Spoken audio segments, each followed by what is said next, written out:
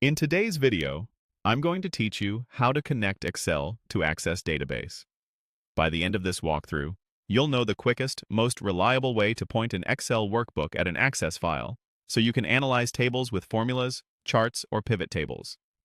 Before we begin, make sure you have the Access file you want to use and that you can open Excel on the device where that file is stored or reachable over your network.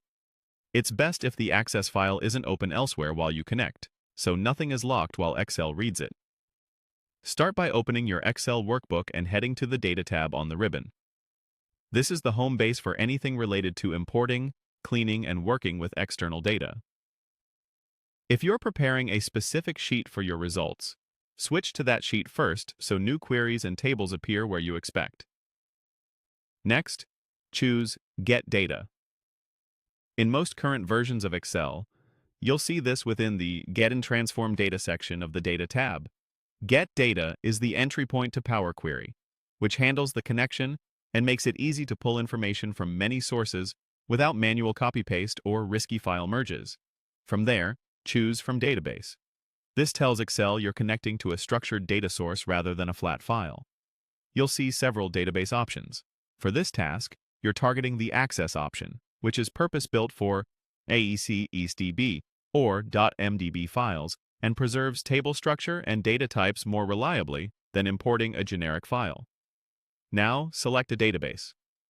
Browse to the Access file you want to connect to and confirm it's the correct one, whether it's stored locally, on a shared drive, or in a synced folder. If your organization uses both 32-bit and 64-bit Office, make sure the Access database engine matches your Excel installation to avoid connection issues. If the database is protected, you may be prompted for credentials. Enter them as required by your organization's policy.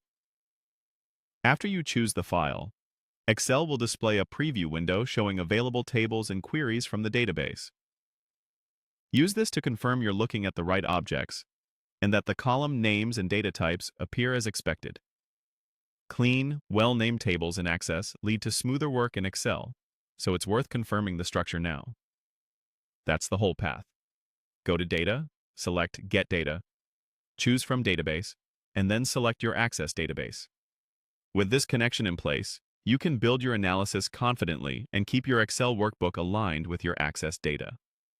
Thanks for watching, and feel free to replay any section if you need a quick refresher.